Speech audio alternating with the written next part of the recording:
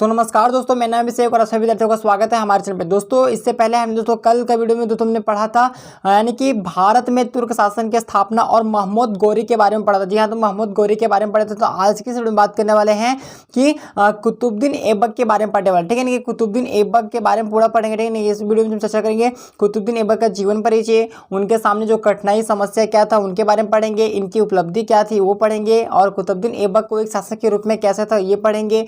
और मतलब इन सभी चीज़ों के बारे में आज की इस वीडियो में आप लोग जो है हम बताने वाले हैं। तो चलिए वीडियो को स्टार्ट करने से पहले देखिए, अभी बहुत सारा हमने यहाँ पे पॉइंट लेके रखा है, तो आप लोग इस वीडियो को मतलब शुरू से लास्ट तक देखिएगा। तो बहुत ही महत्वपूर्ण चैप्टर है और बहुत ही अच्छी पॉइंट है, तो आप लोग को जो है वो यहाँ पे देखिए बहुत ही मतलब इंपॉर्टेंट पॉइंट है, ठीक है। तो आपके परीक्षा के दृष्टिकोण से बहुत ज़्यादा इंपॉर्टेंट है। तो चलिए हम इस वीडियो को स्टार्ट करने से पहले कुछ यहाँ पे इंपॉर्टेंट पॉइंट को देख लेते हैं, ठीक है ना। कुतुबुद्दीन ऐबक के बारे में कुछ महत्वपूर्ण बिंदु को देख लेते हैं। तो गुलाम वंश का प्रथम शासक कुतुबुद्दीन ऐबक, यानी कि दोस्तों कहने का मतलब ये है कि गुलाम वंश का जो प्रथम शासक था वो कौन था? वो था कुतुबुद्दीन ऐबक था, ठीक है। आप लोग ध्यान रखिएगा, ये सब तो महत्वपूर्ण पॉइंट है, महत्वपूर्ण बिंदु है। तो आप लोग को इन अगर पॉइंट को अगर याद रखेंगे ना, तो पूरा आपका जो सिलेबस है, आपका पूरा चैप्टर, पूरा कोर्स ही मतलब इससे कंप्लीट हो जाएगा, ठीक है। तो आप लोग इन जो पॉइंट्स हैं आप इनको एक अच्छे तरीके से मतलब कि याद रखिएगा, ध्यान में रखिएगा, इसलिए मैंने इन पॉइंट को सबसे पहले बता रहा हूँ। तो देखिए, गुलाम वंश का प्रथम शासक कौन था? तो कुतुबुद्दीन ऐबक था। अब ये गुलाम किसके थे? तो गुलाम थे मोहम्मद गौरी का, यानी कि मोहम्मद गौरी जो थे उनका जब आकस्मिक जब मृत्यु हो गया था तो दोस्तों उनका जो अपना राजभार जो था वो कुतुबुद्दीन ऐबक को मतलब कि दे दिए। तो कुतुबुद्दीन ऐबक जो है वो किसके गुलाम कहलाए? वो कहलाए मोहम्मद गौरी के गुलाम कहलाए। तो मूल रूप से वे निवासी कहाँ के थे? वो तुर्किस्तान के थे, यानी कि दोस्तों जो कुतुबुद्दीन ऐबक कहाँ के निवासी थे? वो तुर्किस्तान के थे, ठीक है। कहाँ के? तुर्किस्तान का था। और ये एक शासक कहाँ के बने? वो बने शासक बने दिल्ली का, ठीक है, दिल्ली का सल्तनत। आप लोग आगे पढ़ेंगे, ठीक है, आगे आप लोग को बताएंगे हम। तो देखिए शासक कहाँ के बने? कुतुबुद्दीन ऐबक शासक कहाँ के बने? दिल्ली के बने। तो कुतुबुद्दीन ऐबक का जो शासन काल था वो तो 4 साल का था, ठीक है। कितना था का? केवल 4 वर्ष का ही था, यानी कि बहुत ही कम वर्ष का था, लेकिन इन कम वर्ष में ही उन्होंने बहुत कुछ मतलब कि हासिल किया और बहुत कुछ उन्होंने जो है बहुत उपलब्धि मतलब हासिल किए थे और बहुत कुछ काम काज जो है उन्होंने किए। तो देखिए कुतुबुद्दीन ऐबक का जो शासन काल था कितने वर्ष का था? केवल 4 वर्ष का था।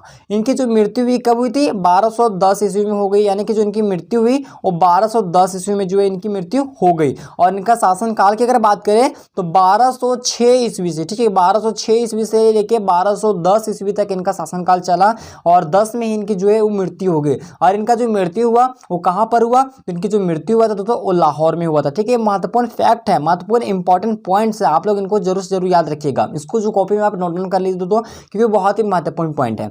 आगे देखेंगे कि इसका मृत्यु का जो कारण क्या था। तो मृत्यु का कारण था दोस्तों कि चौगान जो मैदान था, यानी कि चौगान के जो मैदान थे उस मैदान में घोड़ा से गिरने के कारण क्या हुआ? कुतुबुद्दीन ऐबक का मृत्यु हो गया। यानी कि अगर पूछेगा कि कुतुबुद्दीन ऐबक की मृत्यु का कारण क्या था, तो मृत्यु का कारण उसका यही था कि एक चौगान नामक एक मैदान थी, उस मैदान में जो था वो घोड़ा की जो रेस था, घोड़ा की रेस से उन्होंने जब गिर गए तो घोड़ा से गिरने के कारण ही उनकी क्या हुआ कि मृत्यु हो गई।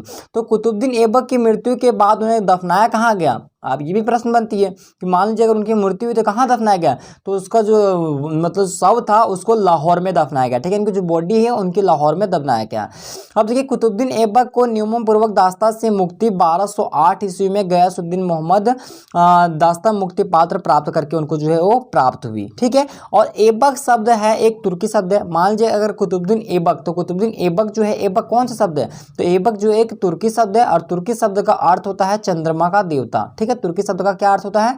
चंद्रमा का देवता। इस तरीके से भी प्रश्न पूछ सकते हैं, 1 नंबर में दे देगा कि तुर्की शब्द का अर्थ स्पष्ट करें तो क्या होगा? चंद्रमा का देवता। सुरीले स्वर में कुरान पढ़ने के लिए प्रसिद्ध कुरान जो था वो कुरान ख्वां था, ठीक है, कुरान ख्वां। अब देखिए कुतुबुद्दीन ऐबक का राजनीतिक जीवन जो था वो 3 चरणों में था, ठीक है। आगे आप लोगों को बताएंगे इसका जो राजनीतिक चरण भी था वो सभी हम इस वीडियो में बताएंगे। तो देखिए इनका जो राजनीतिक जीवन था वो बहुत ही मतलब महत्वपूर्ण जीवन था। जीवन को था वो 3 भागों में यानी कि 3 चरण में बांट दिया गया था, उसके बारे में आप लोगों को आगे बताएंगे। अब देखिए सिंहासन रूढ़ 25 जून 1206 ईस्वी को मतलब कि हुआ था, ठीक है। यानी कुतुबुद्दीन ने उपाधि ग्रहण की थी कब? मलिक व शिल्पहार की थी, ठीक है। जो उनकी जो उपाधि धारण की थी वो किसकी की थी? वो मलिक व शिल्पहार की थी। आरंभ में कुतुबुद्दीन ऐबक राजधानी बनाया था लाहौर को, यानी कि सबसे शुरुआती समय में उन्होंने जो अपना राजधानी किसको बनाया था? लाहौर को बनाया था, ठीक है, लाहौर को।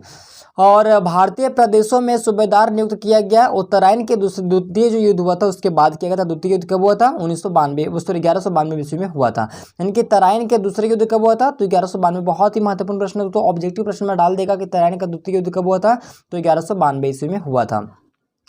अब देखिए यहाँ पे हम आइए इसके बाद आगे पढ़ेंगे। कुतुबुद्दीन ऐबक ने विवाह किससे किया था? तो देखिए ये भी प्रश्न बनता है कि कुतुबुद्दीन ऐबक जो विवाह किया था वो ताजुद्दीन याल्दोज की पुत्री से किया था। ठीक है, ताजुद्दीन याल्दोज की पुत्री से उन्होंने क्या किया था? विवाह किया था। अब देखिए कुतुबुद्दीन ऐबक का अगर हम जीवन की बात करें, इनके जीवन परिचय, आइए थोड़ा हम इनके जो जीवन से थोड़ा देख लेते हैं कि कुतुबुद्दीन ऐबक के बारे में अगर आपको 2 नंबर में दे देगा कि इनके जीवन परिचय के बारे में बात है तो आपको लिखना है। देखिए इनका जो जन्म हुआ था वो 1150 ईस्वी में हुआ था। ठीक है, इनके कुतुबुद्दीन ऐबक का जन्म कब हुआ था? तो 1150 ईस्वी में हुआ था। और जन्म कहाँ हुआ था? तो तुर्किस्तान में हुआ था। ठीक है, तुर्किस्तान में। तुर्किस्तान कहाँ पे है? ये जो है वो कजाकिस्तान में है। ठीक है, कजाकिस्तान में है। अब देखिए इनकी जो राज्याभिषेक हुई थी 1200 ईस्वी में हुई थी। ठीक है, 1206 ईस्वी में हुई थी, लाहौर में हुई थी, और ये जून के मंथ में होता। ठीक है, यानी कि राज्याभिषेक जो इनका हुआ था कुतुबुद्दीन ऐबक का, वो कब हुआ था?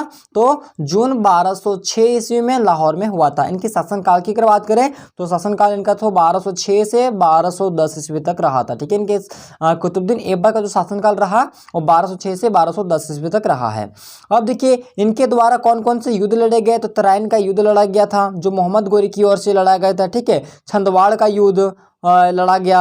और अगर इनके निर्माण की बात करें कि यानी कि कुतुबुद्दीन ऐबक ने किन किन चीज़ों का निर्माण करवाया, तो उन्होंने करवाया कुव्वत उल इस्लाम के निर्माण करवाया, दिल्ली 2.5 दिन झोपड़ा का निर्माण करवाया, अजमेर का निर्माण करवाया, कुतुब मीनार का निर्माण कराया। कुतुब मीनार का भी निर्माण जो किन्होंने करवाया था? कुतुबुद्दीन ऐबक ने करवाया था। ठीक है, आगे देखिए मकबरा कुतुबुद्दीन ऐबक का मकबरा लाहौर में है। यानी कि जो मकबरा स्थित है कुतुबुद्दीन ऐबक का, वो कहाँ पर स्थित है? वो लाहौर में स्थित है। और कुतुबुद्दीन ऐबक किस धर्म को मानते थे? वो जो मानते थे वो इस्लाम धर्म को मानने वाले व्यक्ति थे। यानी कि कुतुबुद्दीन ऐबक कौन से धर्म को मानते थे?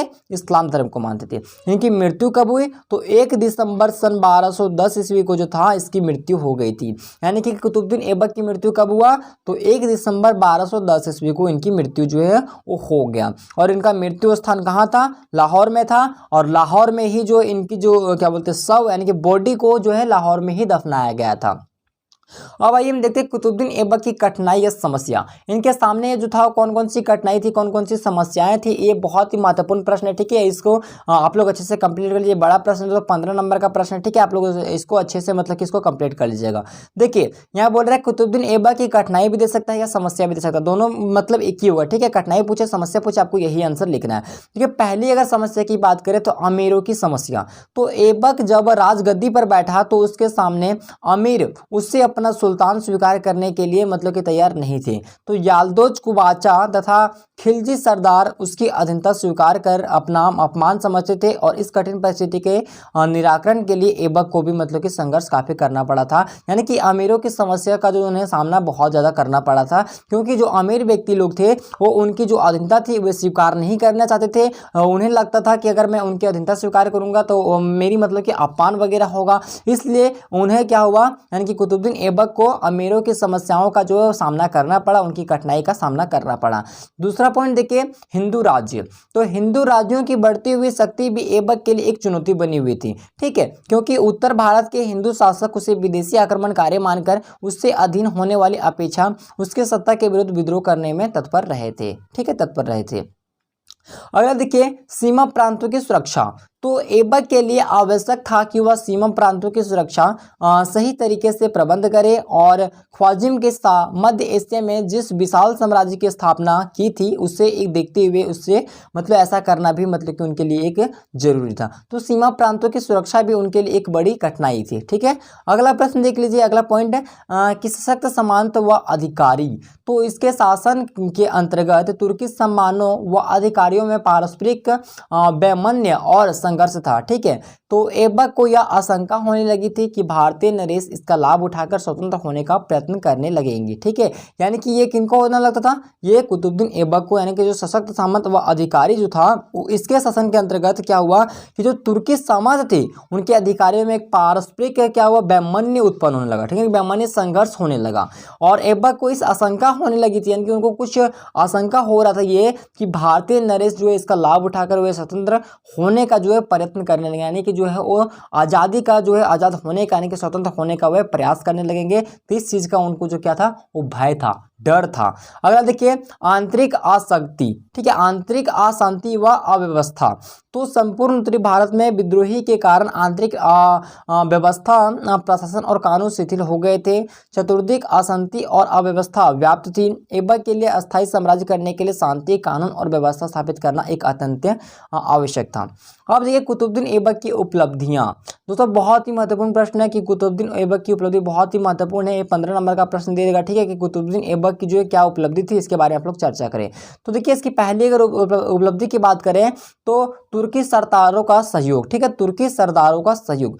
भारत में अपनी स्वतंत्र प्रभुत्व स्थापित करने के लिए ऐबक ने प्रमुख तुर्की सरदारों को अपने अधीन करने में सफलता प्राप्त की, ठीक है। यानी कि दोस्तों कहने का मतलब ये है कि जो तुर्की शासन को था वो तुर्की सरदारों को अपने अधीन करने में इन्होंने सफलता प्राप्त किया था। कौन? कुतुबुद्दीन ऐबक। तो वैवाहिक संबंधों द्वारा भी उसकी स्थिति सुदृढ़ हुई। ऐबक इल्तुतमिश से हुआ, ठीक है, यानी कि ऐबक का जो था वो इल्तुतमिश से हुआ, तो उसे बदाऊं का शासक बनाया गया और कुबाचा से ऐबक ने अपनी बहन का विवाह किया था और इस कारण से कुबाचा की और तत्काल कोई समस्या का सामना ना करना पड़ा, ठीक है।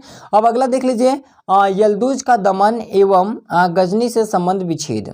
तो मोहम्मद गौरी के 3 सेनापति में से यल्दुज, जो कि गजनी का एक शासन बनने में सफल हो गया था और ऐबक को भी अपनी अधीनता को मानता था।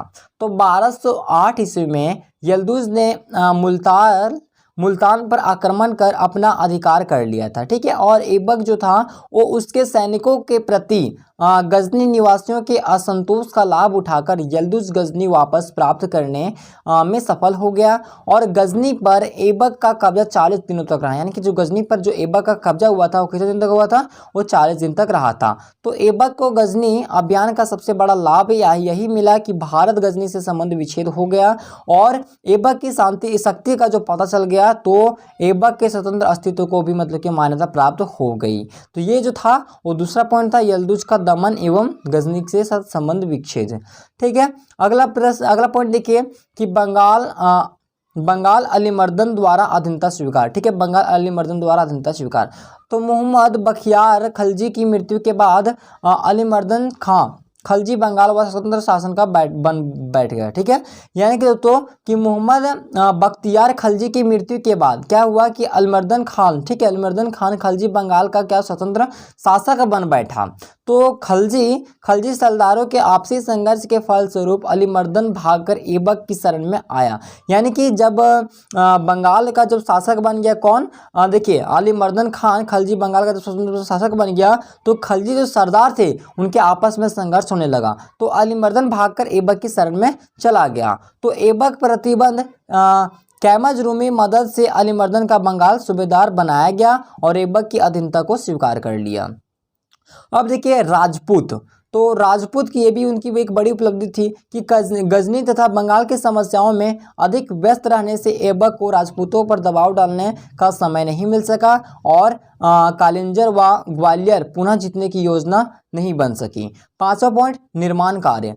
तो दिल्ली की कुव्वत उल इस्लाम मस्जिद, ठीक है, ये मस्जिद का नाम है, ठीक है, तो दिल्ली की कुव्वत उल इस्लाम मस्जिद तथा अजमेर की 2.5 दिन का झोपड़ा, ठीक है, 2.5 दिन का झोपड़ा मस्जिद के निर्माण के श्रेय कुतुबुद्दीन ऐबक को जाता है।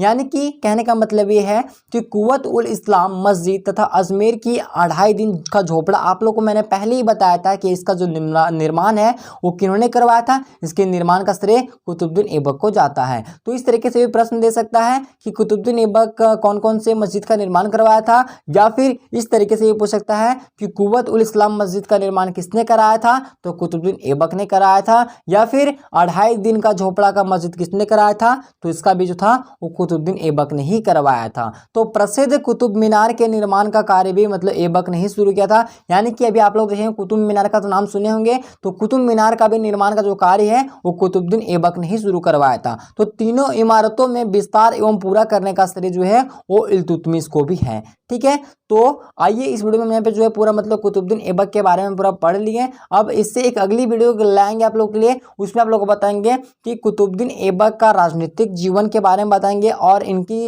मतलब इनको शासक के रूप में कैसे किया गया, इसकी शासक के रूप में, और इसका जो है मूल्यांकन भी इसके बारे में मतलब कि अगली वीडियो आप लोग को जो है हम बताएंगे। तो आप लोग चैनल को सब्सक्राइब कर लेंगे और साथ बेल आइकन को जरूर जरूर प्रेस कर लीजिएगा।